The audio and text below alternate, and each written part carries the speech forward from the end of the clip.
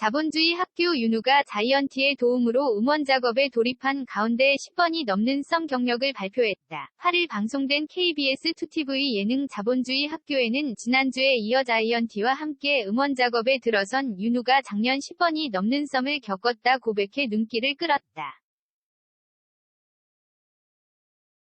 이날 자본주의 학교의 이사장을 자처하며 등장한 박종복은 부동산 컨설턴트라며 자신을 소개인 뒤 아방소가 별명이다라 밝혔다. 아방소는 아줌마들의 방탄소년단을 줄인 말이라고. 박종복은 최근에 계약한 부동산이 1200억 원 정도라고 말해 출연진의 입을 벌어지게 만들었다. 홍진경은 중개수수료를 계산하는 모습을 본 박종복은 법정 중개수수료가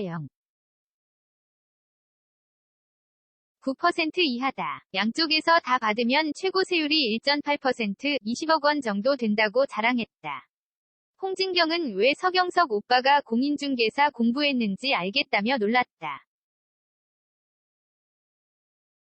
박종복은 아파트하고 꼬마 빌딩 빼고 빌딩만 치면 7개가 있다. 500억 원 정도 된다며 시원하게 자산까지 공개해 시선을 사로잡았다. 박종복 옆에 앉았던 데프콘은 박종복의 종합부동산세를 보고 이게 세금이에요. 집값이 아니고 라면윤을 비볐다. 이에 궁금해진 출연진은 몰려가 박종복의 재산을 확인해 웃음을 자아냈다. 장례가 정리된 후 데프콘은 서울 집값이 더 오를 것 같냐, 아니면 내릴 것 같냐고 물었고, 박종복은 제가 그 질문을 대략 25년 들었다라고 웃음 지었다. 박종복은 이어 어쩔 수 없다. 오를 수밖에 없다. 저는 주택이 없는 분들은 무조건 사야 한다고 믿는다. 있는 분들은 면적을 갈아탈 필요가 지금 살고 있는 평형을 현실적으로 줄여도 좋다. 평형이 적은 게 평단가가 높다고 충고했다. 그런 뒤 서울시 평균 아파트 가격이 13억 원이 넘고 평균 전세 가격이 6억 7천만 원이 넘는다. 노원구에 있는 노후 아파트는 충분히 접근할 수 있다며 전세가로 아파트를 매매할 수 있는 노원구 아파트를 매입하길 추천했다. 이어진 에피소드는 공인중개사 서경석과 그를 찾은 전 축구선수 백지훈의 이야기였다. 백지훈은 운동하느라 정착할 생각을 못했다. 홍콩에 가기 전에 부동산 중개인이 추천한 집이 있는데 지금 값이 2배로 뛰었더라. 너무 부럽다며 생애 첫 자가를 마련하고 싶다고 전했다.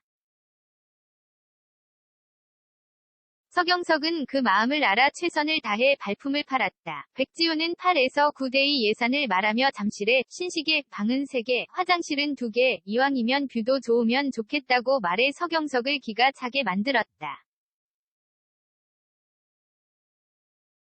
서경석은 부동산 시장을 아예 모른다고 탄식했다. 서경석은 리모델링을 앞둔 송파의 한 아파트와 수도권 광역 급속철도가 들어올 걸로 예상되는 하남의 아파트를 찾았다. 백지훈은 후자를 마음에 들어했지만 박종복은 백지훈이 송파 아파트를 계약하지 않으면 내가 하겠다고 말할 만큼 전자를 마음에 들어했다. 백지훈은 발품비로 서경석에게 10만 원을 주었다. 윤우는 자이언티와 곡 작업을 시작했다. 자이언티는 윤우가 쓴 가사를 토대로 멜로디를 만들었다. 윤우는 부모님을 떠올리며 가사를 썼고 특히 아빠에 대해 넘어서야 할 존재라 말하며 인정받고 싶은 마음을 고백했다.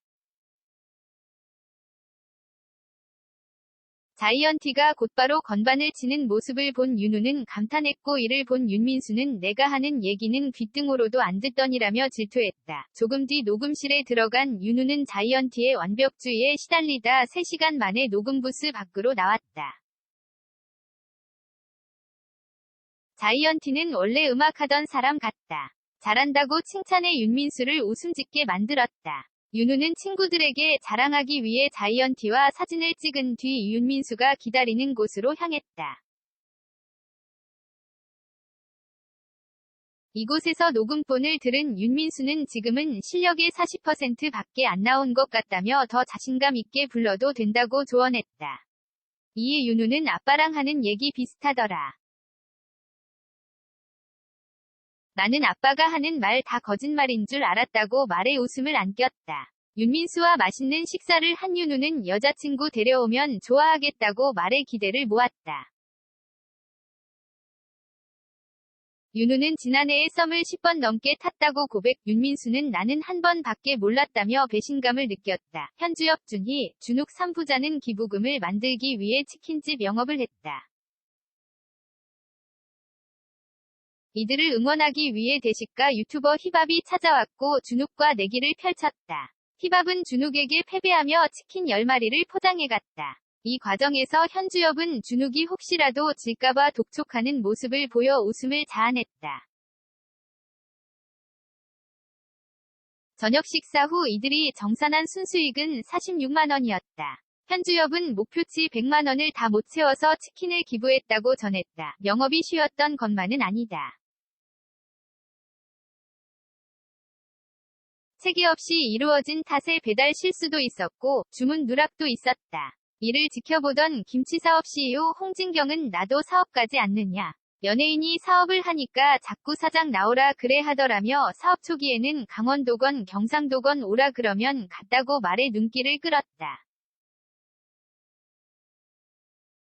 홍진경은 봉지를 뜯기도 전에 그대로 던지신 분도 있었다. 설거지를 해드린 적도 있고 무릎 꿇고 이야기를 들어드린 적도 있다고 말하며 사업의 어려움에 대해 공감했다.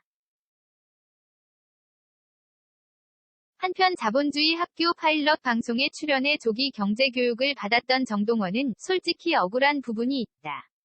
그때 제약회사 주식을 매수했는데 슈카 선생님이 바이오 주식은 사는 게 아니라고 하셨다며 그때 2만 원에 전량 매도한 주식이 지금 3배가 넘게 뛰었다. 고 전했다.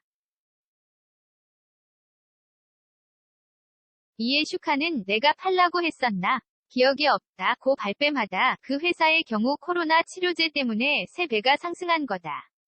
이 치료제들이 어느 시점에 만들어지는지 일반인들에겐 정보가 안 가기 때문에 뽑기에 가깝다.